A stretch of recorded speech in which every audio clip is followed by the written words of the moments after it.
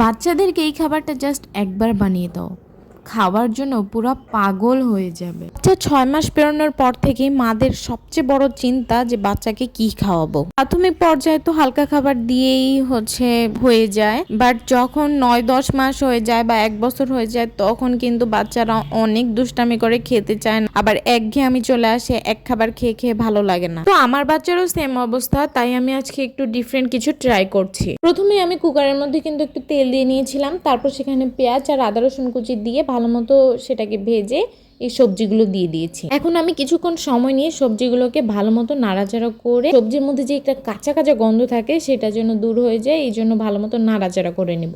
আর এখানে আমি লবণটা দিয়ে দিলাম। আপনাদের বাচ্চার বয়স যদি 1 বছরের কম হয় তাহলে অবশ্যই লবণটা স্কিপ করবেন, কারণ 1 বছরের নিচের বাচ্চাদের জন্য লবণটা ক্ষতিকর। আর কাঁচামরিচ দিলাম। কাঁচামরিচের মধ্যে যেহেতু অনেক ভিটামিন সি, বাচ্চারা যেহেতু মরিচ খেতে পারে না, আমি আস্তে আস্তে দিয়ে দিয়েছি।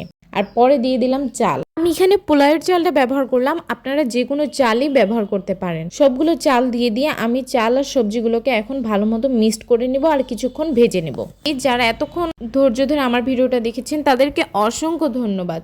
তো বন্ধুরা, আপনাদের যদি ভিডিওটা ভালো লাগে বা একটু পরিমাণ কোনো উপকারে আসে তাহলে অবশ্যই আমার চ্যানেলটি সাবস্ক্রাইব করে দিবেন আর ফেসবুক পেজ থেকে দেখলে ফলো দিয়ে দিবেন। আমি সবজিটার সাথে চালগুলোকে কিছুক্ষণ এখন ভালো মতো ভেজে নিব। এখানে একটু আপনাদের সময় নিয়ে ভাজবেন আর তারপর কিন্তু পরিমাণ মতো পানি দিয়ে দিবেন। পানিটা আপনারা মানে পরিমাণ বুঝিয়ে দিবেন আপনার বাচ্চা কীরকম খেতে পছন্দ করে। যদি অনেক আস্তে আস্তে খেতে পছন্দ করে তাহলে পানিটা একটু কম দিবেন, আর যদি একদম নরম নরম খেতে পছন্দ করে তাহলে পানিটা একটু বেশি দিবেন। আর আমি যেহেতু প্রেসার কুকারের মধ্যে রান্না করছি, আমি এখানে 2টা সিটি দিয়ে নিব। তাই আশেপাশের যে চালগুলো ছিল সবগুলো সুন্দর করে নামিয়ে এখন ঢাকনা দিয়ে সিটিতে বসিয়ে দিব। সিটিতে বসিয়ে দেওয়ার পর প্রায় আমি 5 মিনিট অপেক্ষা করলাম। তো ফাইনাল লুক দেখেন, এত মজা ছিল, বিশ্বাস করেন আমার বাচ্চা পুরাটাই খেয়েছে।